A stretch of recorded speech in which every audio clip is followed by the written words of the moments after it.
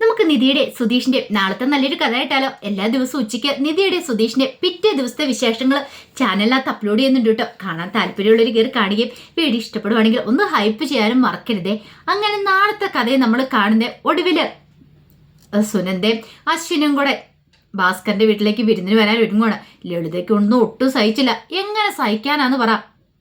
കാരണം സുനന്ദ അങ്ങോട്ടേക്ക് പോയിട്ടുണ്ടെങ്കിൽ ഇനിയിപ്പൊ അശ്വിൻ സത്യങ്ങളൊക്കെ തിരിച്ചറിയുവോ? സുനന്ദയും സുഭാഷും തമ്മിലുള്ള ബന്ധം അത് അശ്വിന്റെയും സുനന്ദയുടെ ജീവിതത്തില് വിള്ളലുകൾ വീഴ്ത്തുന്നുള്ള കാര്യം അറിയാം. അതൊരു കാരണവശാലും സംഭവിക്കാൻ പാടില്ല. മാക്സിമം തടഞ്ഞു നോക്കി പോവണ്ടെന്നൊക്കെ പറഞ്ഞിട്ട്, പക്ഷെ സുനന്ദ സമ്മതിച്ചില്ല. സുനന്ദ ഒടുവിൽ ഭീഷണി മുഴക്കി. ഇപ്പോഴെന്നെ വിട്ടില്ലെങ്കിൽ ഞാൻ ഉള്ള സത്യങ്ങളൊക്കെ അശ്വിനോട് പറയും. കല്യാണത്തലേന്ന് ഞാൻ സുഭാഷേന്റെ വീട്ടിലേക്ക് പോയതാന്നും അവിടെ വെച്ച് അച്ഛനും അമ്മയും വന്ന് കയ്യെ കാലെ വീണ് സുഭാഷേന്റെ കയ്യെ കാലെ വീണ് എന്നെ അവിടുന്ന് പിടിച്ചോണ്ട് പോന്നാന്നും ഞാൻ സുഭാഷേണ്ണും ഇഷ്ടത്തിലായിരുന്നെന്നും അതൊക്കെ ഞാനും കൂടെ വിളിച്ചു പറയും. പിന്നെ അറിയാലോ എന്താ സംഭവിക്കണേന്ന്. അശ്വൻ എന്നെ ഇവിടെ ഉപേക്ഷിച്ചിട്ട് പോകത്തുള്ളൂ. ഇതിലിപ്പോൾ ഒരു അടി ലളിതയ്ക്കൊന്നും കിട്ടാനുണ്ടായിരുന്നില്ല. കാരണം അങ്ങനെ എന്തെങ്കിലും സംഭവിച്ച പിന്നെ ജീവിച്ചിരുന്നിട്ട് കാര്യമില്ല. അപ്പൊ അശ്വൻ കേൾക്കാതെയാണ് ഇതൊക്കെ സുനന്ദ പറഞ്ഞത്. പിന്നീട് അശ്വൻ വന്നു കഴിഞ്ഞപ്പോഴത്തേനും അശ്വിന് അതിനെക്കുറിച്ച് ചോദിക്കുന്നുണ്ട്. ഇതെന്താ ഞങ്ങൾ രണ്ടുപേരും മാത്രമാണ് പോകുന്നേ? വിരുന്നിന് വിളിച്ചല്ലേ, തൊട്ടടുത്തല്ലേ, ഒരു കാര്യം ചെയ്യാം. അച്ഛനും അമ്മയൊക്കെ പോരാൻ പറഞ്ഞു. അത് കേട്ടുകഴിഞ്ഞപ്പോൾ ലളിത ഒരു അമ്പരപ്പോട് കൂടിയിട്ട് അശ്വിനെ നോക്കണ്. അപ്പോഴേക്കും തനയും ചാടി കയറി പറഞ്ഞു, അയ്യോ എടാ മോനെ ഞങ്ങളില്ല എന്ന് പറഞ്ഞു. അതെന്താ? പണ്ടേ ഞങ്ങൾ അവരുമായിട്ട് അത്ര ചേർച്ചിലല്ല. ലളിതയ്ക്കൊരു പിടിവള്ളി കിട്ടി. ലളിത പെട്ടെന്ന് പറഞ്ഞു, ആ അതെ അതെ തനയേട്ടൻ പറഞ്ഞു ശരിയാ. കാര്യം പറഞ്ഞാൽ എൻ്റെ സഹോദരനൊക്കെ തന്നെയാണ്, ആങ്ങളെയാണ്, സുനന്ദയുടെ അമ്മാവനുമാണ്. പക്ഷേങ്കിൽ ഞങ്ങൾ തമ്മിൽ കുറച്ച് സ്വത്ത് തർക്കണം കാര്യങ്ങളൊക്കെ ഉണ്ട്. ഗംഗാധരൻ പറഞ്ഞു, അതെ ഞാനാ ഭാസ്കറിന്റെ ചേട്ടനാണ്. പക്ഷേങ്കിൽ സ്വത്തിന്റെ പേര് കുറച്ച് വഴക്കുകളൊക്കെ ഉള്ളതുകൊണ്ട് ഞങ്ങൾ തമ്മിൽ അങ്ങോട്ടേക്കും മിണ്ടത്തൊന്നുമില്ല, പരസ്പരം മിണ്ടത്തൊന്നുമില്ല. പക്ഷേങ്കിൽ സുനന്ദ അങ്ങനെയല്ല. സുനന്ദ എപ്പോഴും അവിടെ കയറി ഇറങ്ങി ചെല്ലുകയൊക്കെ ചെയ്യും. അവിടെ 4 ആൺകുട്ടികളുള്ളത്, അവിടെ പെണ്ണുങ്ങളില്ല. അതുകൊണ്ട് സുനന്ദനെ അവർക്ക് ഭയങ്കര കാര്യമാണെന്ന് പറഞ്ഞു. ഒരു സംശയം തോന്നാത്ത രീതിയിൽ വളരെ തന്ത്രപരമായിട്ടാണ് ലളിത കാര്യങ്ങളൊക്കെ അവതരിപ്പിക്കുന്നത്. അത് കേട്ടപ്പോൾ അശ്വിൻ പറഞ്ഞു, ആണോ അങ്ങനെയാണല്ലേ? എൻ്റെ വീട്ടിലുണ്ട് ഇങ്ങനെ സ്വത്ത് തർക്കം കാര്യങ്ങളൊക്കെ. പക്ഷെ ഞങ്ങൾ മക്കളായിട്ട് അങ്ങനെയൊന്നും അല്ല കേട്ടോ. മക്കളെല്ലാം നല്ല ഫ്രണ്ട്സാ. അതുകൊണ്ട് അങ്ങനെ ഒരു പ്രശ്നമൊന്നുമില്ല. പിന്നെ അതിനെക്കുറിച്ചൊക്കെ നമുക്ക് പിന്നീട് സംസാരിക്കാം എന്നിങ്ങനെ പറയണം. ഈ സമയത്ത് സുനിത ലളിതയോട് പറഞ്ഞു, അന്നെങ്കിൽ ശരി ഞങ്ങൾ പോയിട്ട് വരട്ടെ അമ്മേന്ന് ചോദിക്കണം. രാക്കിയുള്ള ചോദ്യമാണ്. ഇപ്പം എങ്ങനെ ഇരിക്കും എന്നുള്ള രീതിയിൽ ലളിത പറഞ്ഞു, ശരി പോയിട്ട് വാ മോളേന്ന് പറഞ്ഞു. അങ്ങനെ അശ്വിനെ വിളിച്ചുകൊണ്ട് സുനന്ദ നേരെ സുഭാഷിൻ്റെ വീട്ടിലേക്ക് പോരുക. വല്ലാത്തൊരു ടെൻഷനായിരുന്നു ലളിതയ്ക്കും തനയനും ഗംഗാധരനും ഒക്കെ. ലളിത പറഞ്ഞു, ദൈവമേ ഈ പെണ്ണെന്തൊക്കെ ഒപ്പിച്ചു വെക്കുമെന്ന് അറിയത്തില്ല. എങ്ങാനും സത്യങ്ങളൊക്കെ ആ ചെറുക്കൻ അറിഞ്ഞിട്ടുണ്ടെങ്കിൽ അവളെ ഇവിടെ ഉപേക്ഷിച്ചിട്ട് പോകത്തുള്ളൂ. നമ്മൾ ഇത്ര കഷ്ടപ്പെട്ട് ബുദ്ധിമുട്ടി കല്യാണം നടത്തിവിട്ട് വെറുതെ ആവും തനയേട്ടാന്ന് പറഞ്ഞു. തനയൻ പറഞ്ഞു, അവൾ ഇവിടുന്ന് പോയാലും എനിക്കൊരു സമാധാനം ആകത്തുള്ളൂ. ഭർത്താവിൻ്റെ വീട്ടിൽ ചെന്നാൽ അവിടെ ചെന്നാൽ പിന്നെ നമ്മൾ പേടിക്കേണ്ട കാര്യമൊന്നും ഇല്ലല്ലോ. അത് ശരിയാ, പക്ഷെ അവളുടെ സ്വഭാവം ഏതുകൊണ്ട് പറയാൻ പറ്റില്ല. ഇനിയിപ്പം അവൾക്ക് സുഭാഷിനെ മതിയെന്നെങ്ങാനും തോന്നുവോ? ഗംഗാധരൻ പറഞ്ഞു, അങ്ങനെ എന്തേലും ആണെങ്കിൽ ഞാൻ അടങ്ങിയിരിക്കും തോന്നുന്നുണ്ടോ? ഇതേ ഗംഗേട്ടാ, ഇവിടെ നമ്മൾ വാശിയും വൈരവും കാണിച്ചിട്ട് കാര്യമില്ല. അവളുടെ അടുത്ത് വളരെ തന്ത്രപരമായിട്ട് നിൽക്കണം. അല്ലെങ്കിൽ അവളെ ഇടഞ്ഞിട്ടുണ്ടേ അറിയാലോ. അന്ന് തന്നെ കയ്യെ കാലെ വീണിട്ടാ അവളെ ഇങ്ങോട്ടേ വിളിച്ചുകൊണ്ട് വന്നേ. അത് സുഭാഷിൻ്റെ ഒരു കനിവുള്ളതുകൊണ്ട് മാത്രം. അല്ലായിരുന്നെങ്കിലോ ഇപ്പം എന്തൊക്കെയായിരുന്നു ചിന്തിക്കാൻ പോലും പറ്റുന്നില്ല. എത്രയും പെട്ടെന്ന് അവൾ നാളെ ഒന്ന് പോയാൽ മതിയായിരുന്നു. അങ്ങനെയൊക്കെ പറഞ്ഞുകൊണ്ട് ലളിത കരയുവാണിരുന്ന് തനേനെ ആശ്വസിപ്പിച്ചു. നീ വിഷമിക്കണ്ടേ, ധൈര്യമായിട്ടിരിക്കുക, സാരമില്ല, സങ്കടപ്പെടാതിരിക്കുക, ഒന്നും സംഭവിക്കാനൊന്നും പോകുന്നില്ല എന്ന് പറഞ്ഞു. ആ സമയത്ത് സുഭാഷും നികേഷും ഹരീഷും എല്ലാവരും കൂടെ വഴിക്കണമായിട്ട് നോക്കിയിരിക്കുകയാണ്. കാരണം ഇതുവരെയായിട്ടും അവരെത്തിയിട്ടില്ല. അപ്പോഴേക്കും സുധീഷ് ചോദിച്ചു, എന്താ സുഭാഷ് ഏട്ടാ അവർ വരത്തില്ലേന്ന് ചോദിച്ചു. വരൂടാ, പിന്നെ വരും നല്ല വരും, മിക്കവാറും വിട്ട് കാണത്തില്ല എന്ന് നികേഷ് പറഞ്ഞു. അപ്പോഴാണ് സുഭാഷ് ഏട്ടാ എന്നൊരു വിളിവെച്ച് കേട്ടെ. ഫ്രണ്ടീന്നല്ല, അപ്പം ഇത് എവിടെന്നാ? ആ സമയം സുധീഷ് പറഞ്ഞു, ഇതേ പതിവ് സ്ഥലത്തുനിന്നാന്ന് പറഞ്ഞു, അടുക്കളപ്പുറത്ത് നിന്ന്. പെട്ടെന്ന് സുഭാഷ് അങ്ങോട്ട് ചെന്നു, വാ കയറി വാ. അല്ല നിങ്ങൾ എന്താ ഈ അടുക്കളപ്പുറം വഴി വന്നേ? അപ്പോഴേക്കും സുനിത പെട്ടെന്ന് പറഞ്ഞു, ഞാനെപ്പോഴും ഈ വഴിയല്ലേ സുഭാഷ് ഏട്ടാ വരാറില്ല, അതുകൊണ്ടാ. ഇങ്ങനെ ഒരു കാര്യത്തിന് വരുമ്പോൾ ആദ്യമായിട്ട് ഭർത്താവിനെയും കൂട്ടി വീട്ടിൽ വരുമ്പോൾ വിരുന്നിന് പോകുന്ന സമയത്ത് അടുക്കളപ്പുറത്താണ്, അതിലൂടെയാണ് വരുന്നത്, ഫ്രണ്ടിൽ കൂടെ വരാൻ പറഞ്ഞു. അങ്ങനെ അവർ രണ്ടും കൂടെ ഫ്രണ്ടിൽ കൂടെ വരുമ്പോൾ ഭാസ്കരൻ ഫ്രണ്ട് വശത്ത് ഇരിക്കുന്നുണ്ട്. അങ്ങനെ അവിടെ വന്ന് നിൽക്കുന്ന സമയത്ത് നിധി ഭാസ്കരനോട് പറഞ്ഞു, അച്ഛ അവരെ വിളിക്കുക, അകത്തേക്ക് ക്ഷണിക്കാൻ പറഞ്ഞു. ഭാസ്കരൻ ഒന്ന് പോകുന്നുള്ള മട്ടിൽ എങ്ങനെ ഇരിക്കുക. അച്ഛ വിളിക്കച്ച. ഭാസ്കരൻ എന്ത് ചെയ്യണമെന്ന് അറിയില്ല.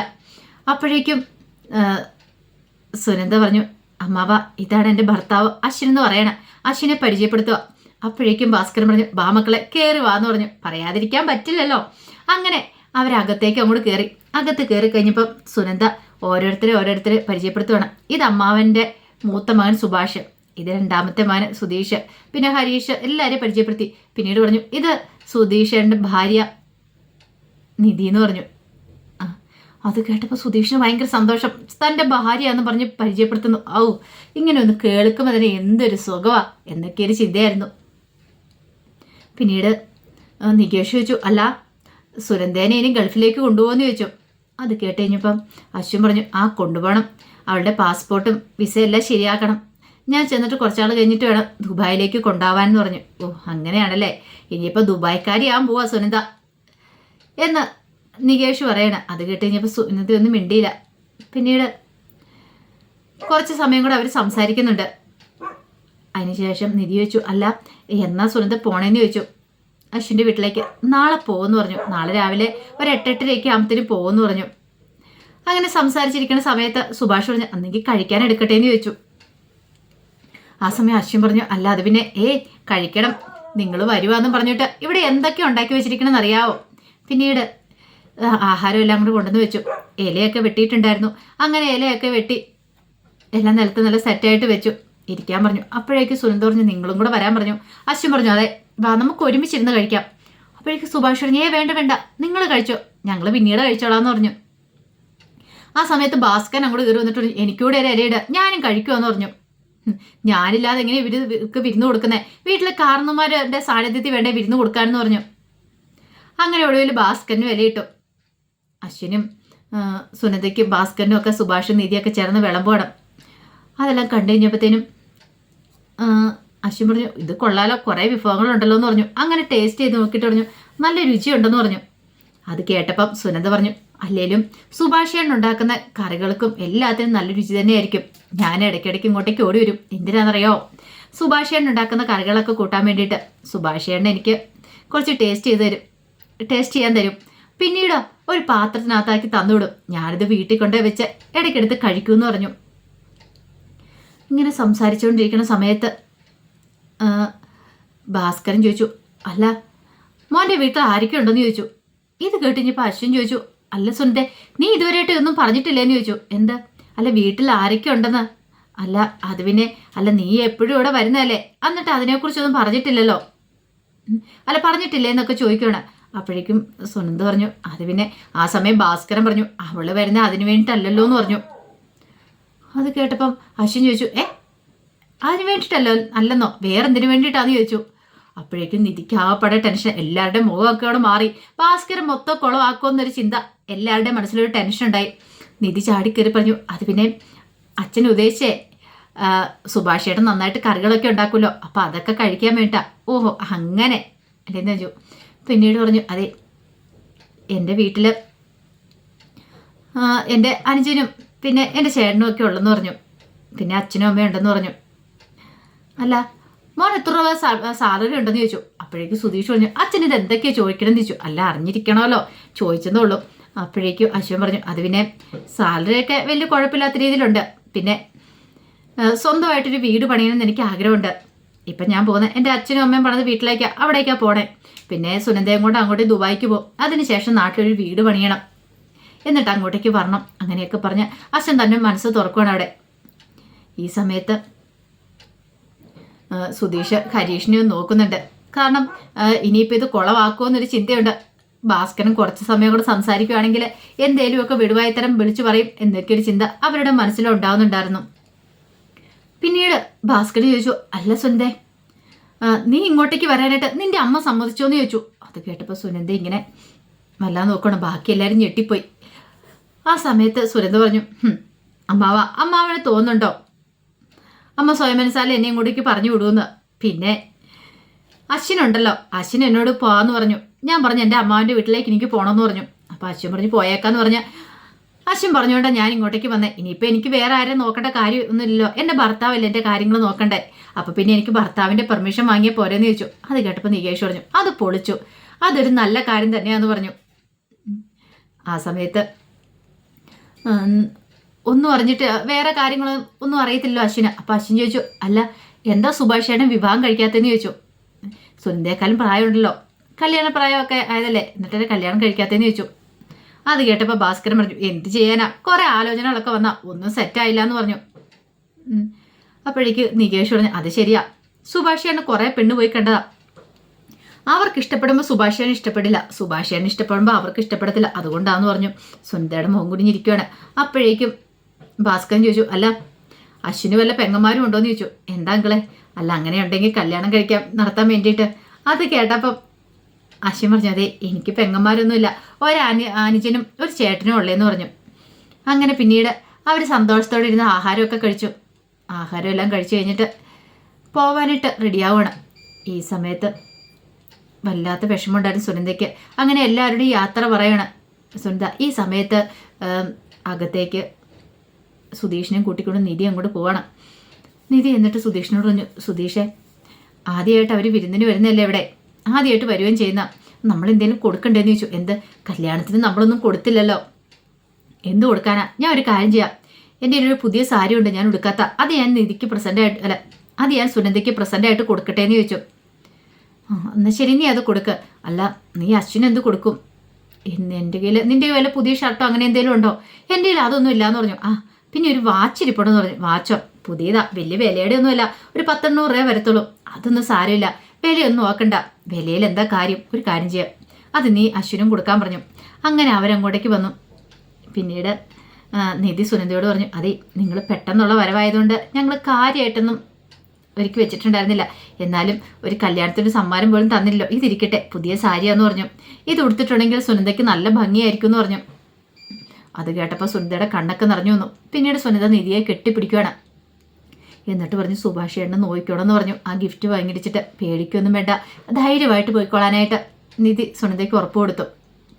ഈ സമയത്ത് അശ്വിൻ്റെ അടുത്തേക്ക് എന്നിട്ട് സുധീഷ് പറഞ്ഞു, എന്താ അശ്വിന് എൻ്റെ വക ഞങ്ങളുടെ വക ഒരു ഗിഫ്റ്റ് എന്ന് പറഞ്ഞു. വലിയ വിലയുടെയൊന്നുമല്ല, ഒരു വാച്ചാന്ന് പറഞ്ഞു. അപ്പോഴേക്കും അശ്വിൻ പറഞ്ഞു, വിലയിലൊക്കെ എന്തിരിക്കുന്നു ബ്രോ, അതിലൊന്നും വലിയ കഥയൊന്നും ഇല്ലയെന്ന് പറഞ്ഞു, തരാനുള്ള മനസ്സ് അത് തന്നെ മതിയെന്ന് പറഞ്ഞു. അങ്ങനെ ഒടുവിൽ ഓരോരുത്തരുടെ പേര് പറഞ്ഞ് ഇങ്ങനെ യാത്ര പറയണം. സുഭാഷ് ചേട്ടാ പോയിട്ട് വരട്ടെ എന്നൊക്കെ പറഞ്ഞപ്പോൾ സുനന്ദയുടെ കണ്ണ് നിറഞ്ഞു. അങ്ങനെ ഒടുവിൽ ഭാസ്കരനോട് പറഞ്ഞു, പോയിട്ട് വരട്ടെ അമ്മാവെന്നും പറഞ്ഞ് രണ്ടുപേരും യാത്ര പറയണം. അങ്ങനെ യാത്ര പറഞ്ഞ് ഇറങ്ങാൻ തുടങ്ങിയപ്പോൾ പെട്ടെന്ന് സുനന്ദ ആ കാര്യം ഓർത്തെ അശ്വിനെ വിളിച്ചു. അശ്വിന് 1 മിനിറ്റ് എന്ന് പറഞ്ഞു. എന്താ? പിന്നീട് ഭാസ്കരൻ്റെ അടുത്തേക്ക് വന്നിട്ട് പറഞ്ഞു, അതെ അമ്മാവൻ ഞങ്ങളെ അനുഗ്രഹിക്കണമെന്ന് പറഞ്ഞു. അനുഗ്രഹിക്കണം എന്ന് പറഞ്ഞിട്ട് ആ കാലയിലേക്ക് തൊട്ട് നമസ്കരിക്കാൻ പോവാണ്. അപ്പോഴേക്കും ഭാസ്കരൻ പറഞ്ഞു, 1 മിനിറ്റ് എന്ന് പറഞ്ഞു. ഭാസ്കരൻ പെട്ടെന്ന് പോയി നിലവിളക്ക് കത്തിച്ചു വെച്ചു. ഓരോന്നിൻ്റെ ചടങ്ങുകളും കാര്യങ്ങളൊക്കെ ഉണ്ടല്ലോ, നിലവിളക്ക് കത്തിച്ചു വെച്ചിട്ട് രണ്ടുപേരും കൂടെ വിളിച്ചു. അങ്ങനെ രണ്ടുപേരും ഭാസ്കരൻ്റെ കാല് തൊട്ട് അനുഗ്രഹം വാങ്ങി. ആ സമയം ഭാസ്കരൻ നോക്കി കഴിഞ്ഞപ്പോൾ തൻ്റെ കയ്യിലൊന്നുമില്ല, പോക്കറ്റ് നോക്കിയപ്പോൾ ഒരു പൈസ പോലും ഇല്ല, ആകെപ്പാടെ വീടിയും ലാമ്പ് മാത്രമാണ് കിട്ടിയത്. പെട്ടെന്ന് സുഭാഷ് അവിടെ നിൽക്കുന്നുണ്ടായിരുന്നു. സുഭാഷിൻ്റെ പോക്കറ്റിലേക്ക് കൈയിട്ടു, കുറച്ച് പൈസ കിട്ടി. അത് നിധിക്കല്ല സുനന്ദയ്ക്കും അശ്വിനുമായിട്ട് കൊടുക്കണം. അപ്പോൾ സുനന്ദ വേണ്ടാന്നൊക്കെ പറഞ്ഞു. പക്ഷേങ്കിൽ ഭാസ്കർ സമ്മതിച്ചില്ല, കാരണം കല്യാണത്തിനൊന്നും തന്നില്ലല്ലോ, അപ്പം അമ്മാവിൻ്റെ വകയായിട്ട് എന്തെങ്കിലും തരണ്ടേ, ഇപ്പം ഇതേ ഉള്ളൂ എന്നൊക്കെ പറഞ്ഞു. അത് കേട്ടപ്പോൾ സുനന്ദ പറഞ്ഞു, ഇതൊന്നും പ്രതീക്ഷിച്ചല്ല അമ്മാവ, ഞങ്ങൾ ഇങ്ങോട്ടേക്ക് വന്നേ, അമ്മാവിൻ്റെ അനുഗ്രഹം മാത്രം മതി ഞങ്ങൾക്കെന്ന് പറഞ്ഞു.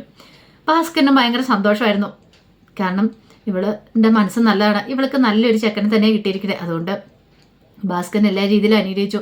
നല്ല രീതിയിൽ വർഷങ്ങളോളം ജീവിക്കട്ടെ, ഇനി കുടുംബവും കുട്ടികളും ഒക്കെ ആയിട്ട് സന്തോഷമായിട്ട് ജീവിക്കട്ടെ എന്നൊക്കെ പറഞ്ഞ് ഭാസ്കരനെ അനുഗ്രഹിച്ചു വിടുന്നത്.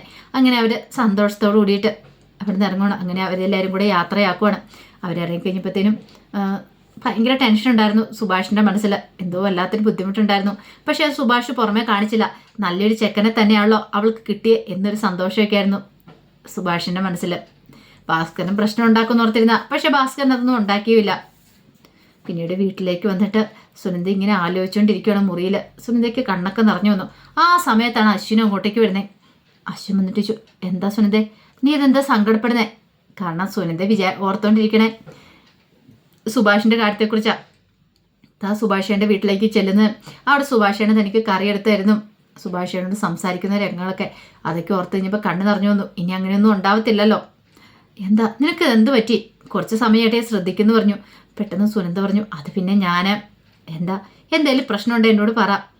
അപ്പോഴേക്ക് സുനന്ദ പെട്ടെന്ന് വായി വന്നൊരു കള്ളത്തരം പറയണം. അത് പിന്നെ നാളെ നമ്മൾ ഇവിടുന്ന് പോകുമല്ലേ, ജനിച്ചു വളർന്ന വീടല്ലേ, അപ്പം പിന്നെ അതിൻ്റേതായൊരു ബുദ്ധിമുട്ടുണ്ട്. ഈ മുറിയൊക്കെ എനിക്ക് ഒത്തിരി പ്രിയപ്പെട്ടതായിരുന്നു. ഇനി വേറൊരു വീട്ടിലേക്ക് അത് ഓർത്തിട്ട് കരഞ്ഞാന്നൊക്കെ പറഞ്ഞുകൊണ്ട് അശ്വിൻ്റെ അടുത്തൊരു കള്ളത്തരമൊക്കെ പറയുന്നുണ്ട്. അപ്പോൾ അതിൻ്റെ വിശേഷങ്ങളൊക്കെ നമ്മൾ കാണാൻ പോകുന്നത്. ആ വിശേഷങ്ങൾക്കായി നമുക്ക് എല്ലാവർക്കും കാത്തിരിക്കാം കേട്ടോ. അതിനുമ്പ് ഒരു കാര്യം പറഞ്ഞോട്ടെ, ആദ്യമായി കാണുന്നവരാണെങ്കിൽ ചാനൽ ഇഷ്ടപ്പെട്ട ഒന്ന് സബ്സ്ക്രൈബ് ചെയ്യാൻ മറക്കരുത്. വീഡിയോ ഇഷ്ടപ്പെടുന്നതോടെ ലൈക്ക് ചെയ്യാനും മറക്കരുത് കേട്ടോ. ഒരിക്കൽ കൂടി എല്ലാവർക്കും ശുഭദിനം നേർന്നുകൊണ്ട് നിർത്തുന്നു. നന്ദി.